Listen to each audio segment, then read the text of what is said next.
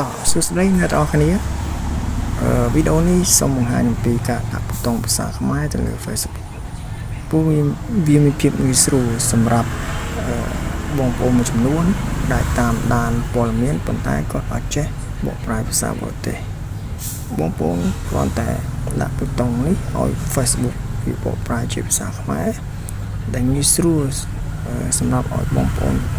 ដឹងថាតើព័ត៌មានបរទេសវាចុះផ្សាយអ្វីពីប្រទេសយើងជាក់ស្ដែងដូចភាសាថៃនេះអញ្ចឹងយើងគ្រាន់តែចុច translate វានឹងចេញជាភាសាខ្មែរតោះបើចង់ដឹងយើងទៅមើលវីដេអូធ្វើទាំងអស់គ្នាបងប្អូនចូលក្នុង profile Facebook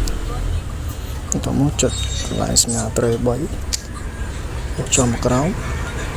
រកពាក្យ setting and privacy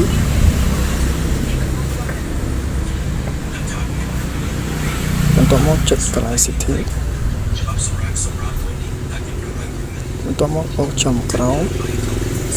នេះបងប្អូនឃើញសញ្ញារូបផែនដីនេះចុចមក language and region បន្ទាប់មកចុចកន្លែង clear ទី2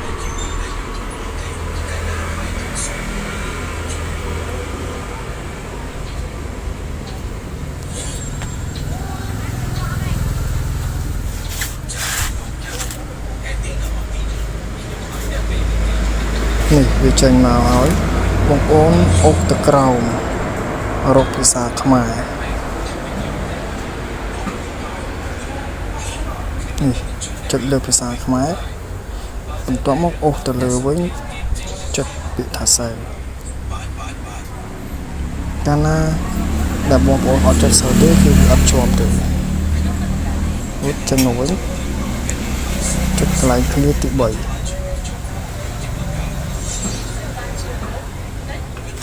ចាំបន្តិចវាចេញមកឥឡូវហើយនេះកន្លែងនេះបងប្អូនឃើញភាសាខ្មែរបងប្អូន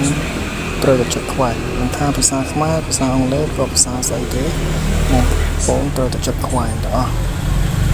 បន្ទាប់មកចុច save រួចជាការស្រេចរួចបងប្អូនថយក្រោយថយមកអស់មកហើយបិទ Facebook របស់យើងបន្តមកបើក Facebook ឡើងវិញហើយបងប្អូន search ឧទាហរណ៍ខ្ញុំវាយពាក្យ Reuters New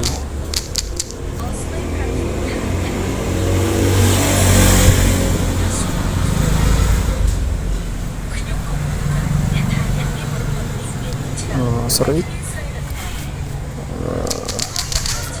Fox News បងមានអន្តរជាតិនេះកន្លែងត្រង់ចំណុចនេះបងប្អូនចុចកន្លែង translate ឃើញទេវាចេញអក្សរខ្មែរឲ្យយើងស្រាប់ជាបកប្រែយើងស្រាប់អញ្ចឹងវាងាយស្រួលសម្រាប់បងប្អូនដែលតាមដានព័ត៌មានដែលគាត់អត់ចេះភាសាបរទេសគាត់តែចុច translate យើងចេញភាសាខ្មែរបកប្រែយើងស្រាប់បាទអរគុណវីដេអូរបស់ខ្ញុំមានតែប៉ុណ្ណឹងអរសង្ឃឹមថាបងប្អូននឹងជួយ follow អ្នកមួយដើម្បីចែករំលែកឲ្យគ្នាយើងបានដឹងផងបាទសូមអរគុណ